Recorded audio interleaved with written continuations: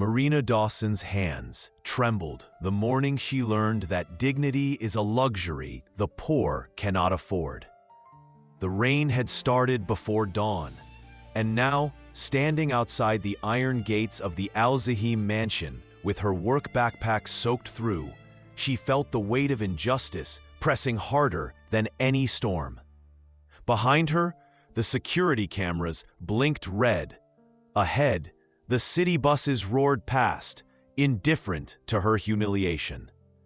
She was 27 years old, a house cleaner, invisible. For 6 months, Marina had worked among marble floors and crystal chandeliers, polishing the reflection of a world that never noticed her. Raised by a seamstress mother in Houston's East End, she'd learned early that survival meant keeping your head down and your dreams small. Her biggest hope was to one day open a small cleaning business that could employ women from her neighborhood. Women like her, who knew what it meant to scrub someone else's luxury while their own bills piled up. But today, that dream felt impossibly far. The accusation had come swiftly, coldly. But diamond necklace missing from the private wing. Layla Mansour, the mansion's operations manager, had stood before her with those sharp, calculating eyes and said the words that shattered everything. "We have evidence." Marina had tried to explain. She'd never even been inside that wing. But no one listened. Not the security staff, not the advisors, not Rashid Al-Zahim himself. He was the master of the house, a widowed oil magnate who'd come to the States for a renewable energy partnership. Reserved, surrounded by protocol, he'd looked at her with those unreadable dark eyes and simply said, "You're terminated," effective immediately. She'd opened her mouth to protest, but the words died in her throat. Behind him, 8-year-old Samir had cried out, reaching for her. The boy she'd comforted when he scraped his knee in the garden. The boy who called her the lady who makes the wind listen. But even his tears couldn't save her. Marina walked out into the rain, carrying nothing but her dignity, bruised, battered, but still hers. The church hall smelled of lemon cleaner and old wood. Marina knelt on the floor, scrubbing in slow, methodical circles, trying not to think about how far she'd fallen in just 3 days. The church didn't pay much, but Father Miguel had offered her work without questions, and right now, that was all she had. The news had spread fast. A housekeeper accused of theft. Her name wasn't mentioned in the reports, but in her neighborhood, everyone knew. Some believed her, most didn't. Her mother had cried when she heard.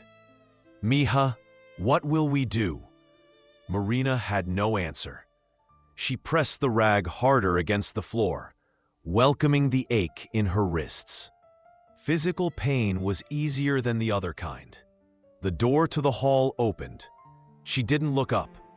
Probably Father Miguel checking on her progress. But the footsteps were different, deliberate. Expensive shoes against the worn wood.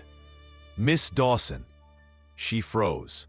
That voice, deep, accented, unmistakable. Marina slowly lifted her eyes and found Rashid Al-Zahim standing in the doorway, rain dripping from his dark hair, his tailored suit out of place in the humble church. He looked uncomfortable, uncertain, nothing like the composed man who dismissed her without a second thought. For a long moment, they just stared at each other. "What do you want?" Her voice came out steadier than she felt. He took a step closer, then stopped, as if afraid to intrude further. "I made the biggest mistake of my life."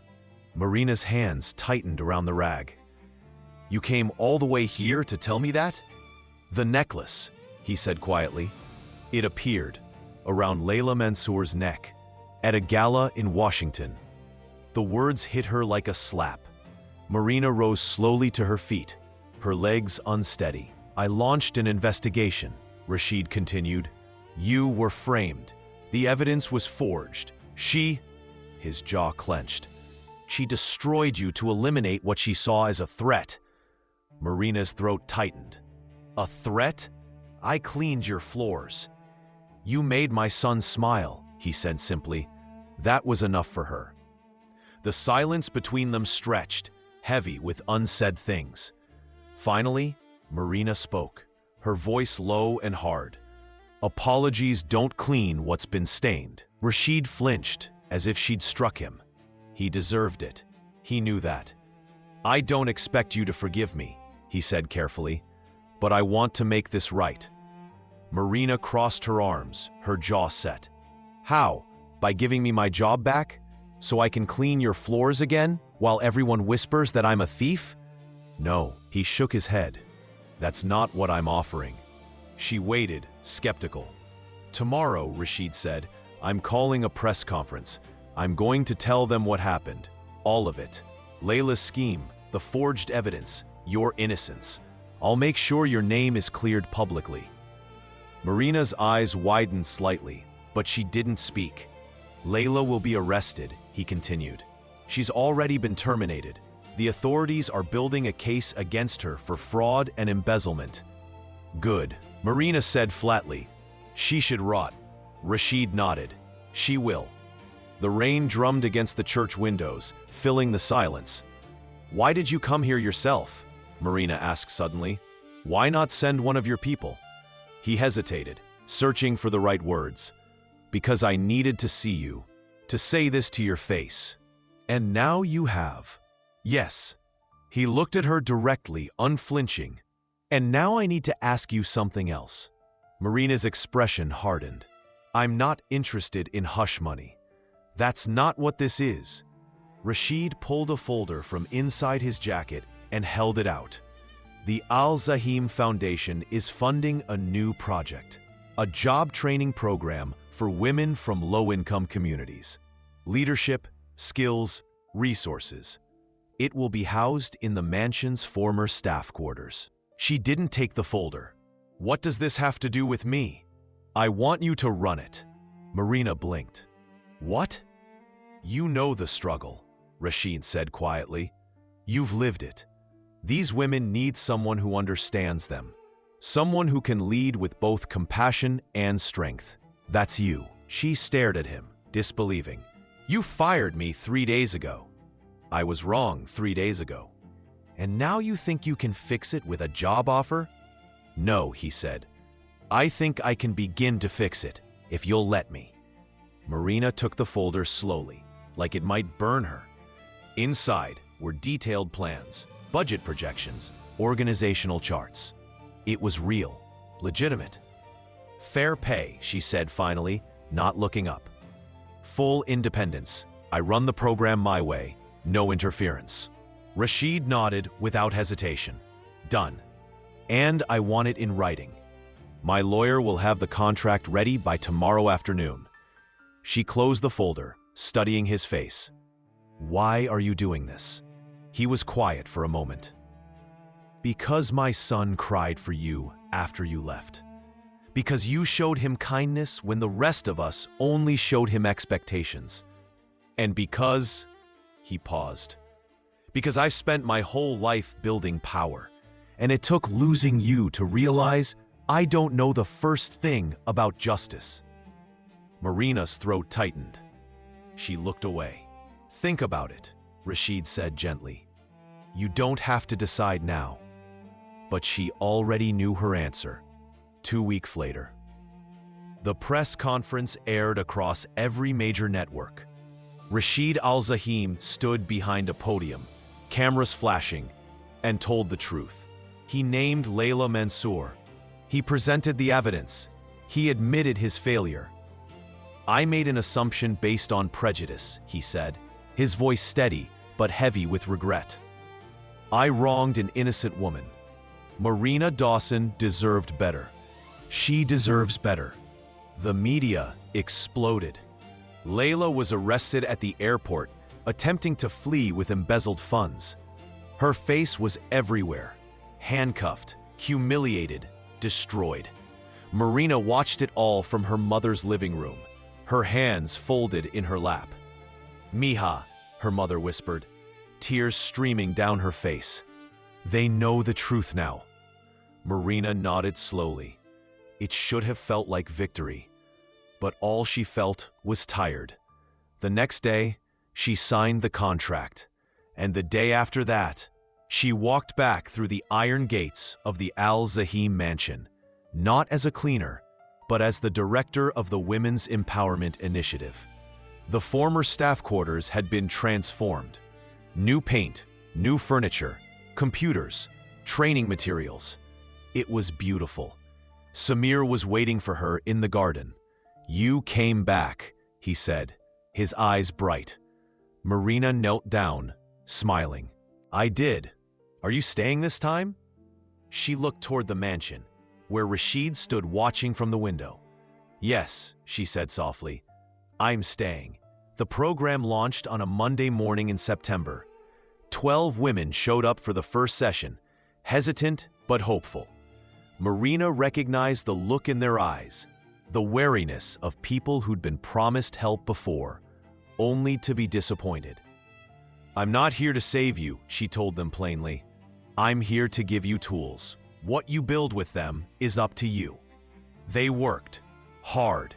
Resume writing, interview skills, computer literacy, financial planning. Marina pushed them, but she also listened. She knew their struggles because she'd lived them. Late buses, childcare crises, bills that never stopped coming. Slowly, the women began to trust her, and slowly, Marina began to feel something she hadn't felt in a long time. Purpose. Rashid kept his distance, as promised. He didn't interfere. But he watched. She'd catch him sometimes, standing at the edge of the garden while she worked with the women, his expression unreadable. He never interrupted, never imposed, just observed, as if trying to understand something he'd never considered before. Samir, on the other hand, had no such reservations. The boy attached himself to Marina immediately, following her around the property, asking endless questions, showing her his drawings and schoolwork. She'd resumed tutoring him in English, and their sessions became the bright spot of her day. "Why do you smile when you talk to her?" Samir asked his father one evening. Rashid looked up from his laptop, startled. "What? Marina, you smile when you talk to her. You never smile with anyone else." Rashid closed the laptop slowly. "I don't smile?" Samir shook his head solemnly. "Not really." It was true, Rashid realized. The boy was right. That night, he lay awake thinking about the woman who'd walked back into his life, not with forgiveness, but with conditions. Not with gratitude, but with dignity. She unsettled him, made him question things he'd taken for granted. One evening, a storm knocked out the power across the property. Marina was still in the training center when the lights went out. She fumbled for her phone, using its flashlight to gather her things. "Miss Dawson?" She jumped. Rashid stood in the doorway, holding a battery-powered lantern. "I saw your light," he said. "Thought you might need help." "I'm fine. The storm's getting worse. The roads might flood." Marina hesitated, then nodded. "All right." They walked back to the main house together, the rain pounding around them. Inside, the mansion felt different in the dark, smaller somehow, more human. Rashid lit candles in the kitchen. "Are you hungry?" Marina was about to refuse, but her stomach betrayed her with a low growl. He smiled slightly. "I'll take that as a yes." "You cook?" She couldn't hide her surprise. "I used to," he said, rummaging through the refrigerator. "Before I had a chef for everything." He made them a simple meal: rice, vegetables, grilled chicken. Nothing fancy. They ate by candlelight at the kitchen island, the silence surprisingly comfortable. "This is good," Marina said quietly. "Thank you." More silence. Then Rashid spoke. "Samir talks about you constantly." Marina smiled. "He's a sweet kid. He lost his mother 3 years ago. Cancer." Her smile faded. "I'm sorry." Rashid nodded, his jaw tight. He shut down after that, stopped talking to most people, started having nightmares. He looked at her. But with you, he's different, lighter. He just needs someone to listen to him. Most people don't. Marina met his eyes. Most people are too busy protecting their own power to see what's right in front of them. It wasn't an accusation, exactly, but it landed like one. Rashid set down his fork. You're right. I know I am. I spent my whole life building walls, he said quietly, protecting my family's legacy, maintaining control. And somewhere along the way, I forgot how to just, he gestured helplessly, be human. Marina studied him. Is that an apology? It's an admission. She considered this, then picked up her fork again. That's a start. The storm raged outside, but inside the kitchen, something shifted. Something small, but real. Over the following weeks, their interactions changed. Rashid began stopping by the training center, not to supervise, but to ask questions, to learn. How do you decide who's ready? He asked one afternoon. Marina looked up from her paperwork. I don't. They decide. But you must have some criteria. Confidence, she interrupted. That's the only thing that matters. Skills can be taught, but believing you deserve a chance, that has to come from inside. He nodded slowly, absorbing this. You're good at this, he said. Marina's expression softened slightly. Thank you. The program's first graduate got a job as an office manager at a law firm. The second became a bookkeeper. The third opened her own catering business. The success stories piled up, and with them, media attention. Marina gave interviews reluctantly, uncomfortable with the spotlight, but she understood its value. Every story inspired more women to apply, more companies to hire, more funding to flow in. Rashid stood in the background during most of these events, watching her command the room with quiet authority. She was extraordinary, he realized, not because of what she'd overcome, but because of what she'd chosen to build from it. You're staring again, Samir whispered during one gala. Rashid cleared his throat. I'm not staring. You are. The boy grinned. You like her? Samir. It's okay, Baba. I like her too. Rashid looked down at his son, seeing a wisdom there that children shouldn't have to carry. What if she doesn't like me back? He asked quietly. Samir considered this seriously.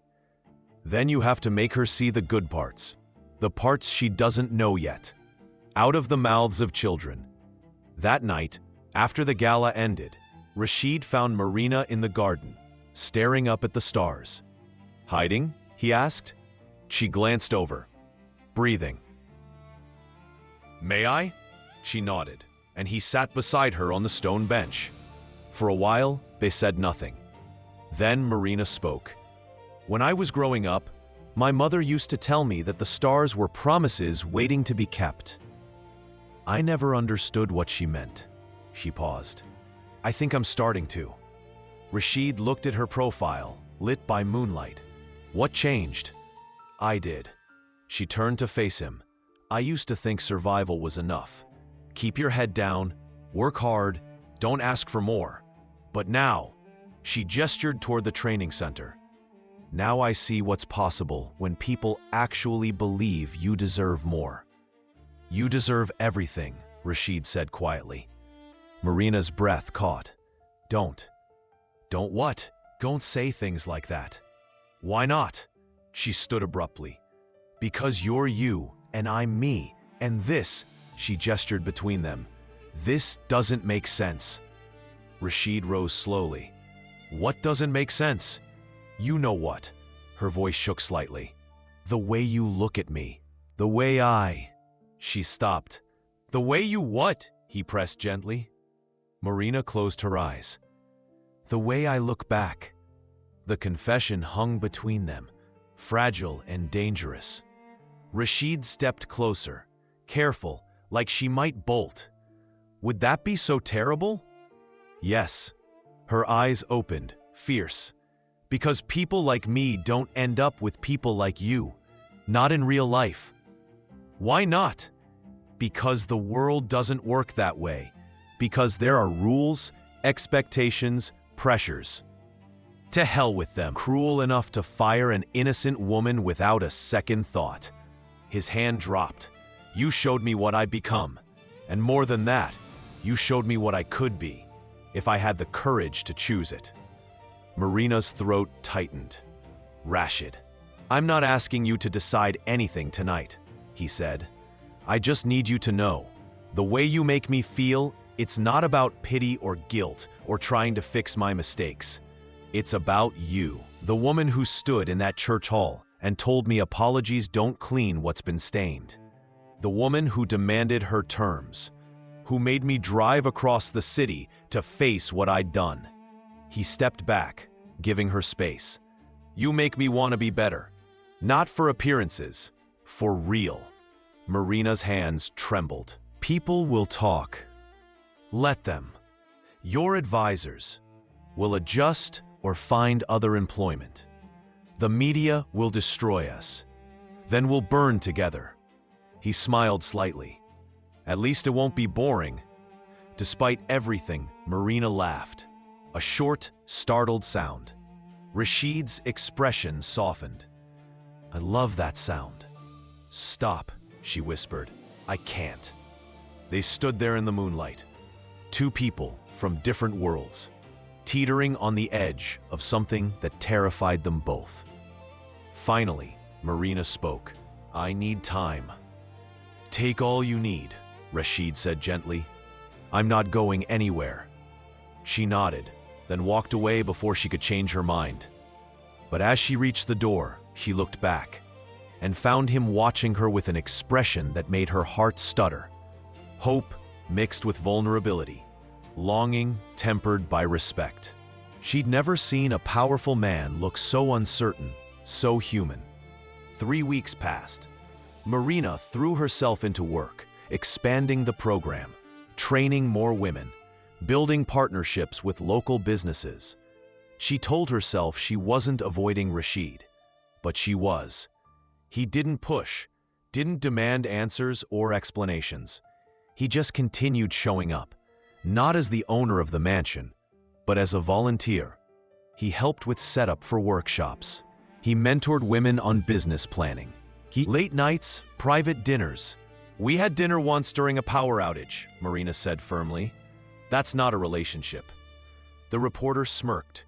So you're denying romantic involvement? Marina opened her mouth, then closed it, because the truth was complicated. Was she involved with Rashid? Technically, no. Did she want to be? That was the question that kept her awake at night. I'm not answering personal questions, she said finally. If you want to write about something, write about the 43 women who found employment through this program. Write about real change, not gossip. She walked away, shaking. That night, the story ran anyway. Housekeeper to girlfriend, the unlikely romance between Marina Dawson and billionaire Rashid Al-Zahim. Marina wanted to scream. Instead, she called Rashid. He answered on the first ring. I saw the article. It's not true, she said quickly. I know. But people are going to think. Let them think what they want. His voice was calm. The question is, what do you want? Marina paced her small apartment. That's not fair. Why not? Because asking that question means you already know the answer. Silence on the other end. Then Rashid spoke, very quietly. Marina, I've been patient. I've given you space. But I need to know, is there a chance? Any chance at all? Because if there isn't, I'll accept that. I'll move on. But if there is, she whispered. She heard his sharp intake of breath. There is, she repeated, louder. I'm terrified and it doesn't make sense, and I don't know how this could possibly work. But yes, there's a chance. Then that's enough, Rashid said. We'll figure out the rest. The Al-Zahim Training Center's 6-month anniversary fell on a crisp October morning. Marina stood at the podium, looking out at the assembled crowd, trainees, graduates, donors, press, and Rashid standing off to the side with Samir. 6 months ago, she began. I was told I wasn't worthy of trust. At people like me, working-class women who clean floors and take buses couldn't be trusted with something as simple as our own innocence. She paused. I believed it for a while, because when you're told you're less than often enough, it becomes part of you. The room was silent. But then someone gave me a chance to prove them wrong. Not out of pity, out of recognition that I had something to offer, and that recognition changed everything. Her eyes found Rashid. This center exists because someone was willing to admit they were wrong, to face their prejudice and choose differently. That takes courage. She looked back at the crowd, and it's that courage I see in every woman who walks through these doors. The courage to believe you deserve better, the courage to build it yourself. The applause was deafening. Afterward, a reporter approached. Miss Dawson, there are rumors about your personal relationship with Mr. Al-Zayam. Any comment? Marina looked at Rashid, who'd come to stand beside her. Yes, she said clearly. I have a comment. The working woman with a purpose I believe in. What I choose to do in my personal life is nobody's business but mine. But surely the optics. The optics, Rashid interjected quietly, are that a good woman is doing extraordinary work, and anyone who reduces that to gossip about who she spends time with should be ashamed. The reporter blinked. Marina looked up at Rashid, surprised and grateful. He met her gaze steadily. I'm done caring what people think. About us. About anything except what's right. Later, after the crowds dispersed, Marina found Samir in the garden. That was a good speech, the boy said seriously. Thank you. Marina. He looked up at her, nervous. Can I ask you something? Of course. Would it be okay? His face broke into the brightest smile she'd ever seen, and he threw his arms around her neck. Rashid watched from the doorway, his throat tight with emotion. That evening, as the sun set over the garden they'd restored together, Rashid found Marina sitting on the stone bench where everything had changed. This time, he said softly, sitting beside her, not as your employer, not as Sheikh Al-Zahim, just as a man who loves you. Marina turned to him, tears threatening but refusing to fall. Just as a man? Just as a man asking a woman he admires more than anyone in the world. He took her hand gently. Will you give us a real chance? She looked at their joined hands, hers rough from work, his marked by ink and stress. Two different worlds. One possibility. Yes, Marina whispered. But only if you promise to keep making me dinner during power outages. Rashid laughed, a real unguarded sound, and pulled her close. In the garden where she'd once been thrown out, Marina Dawson found the ground meant for her.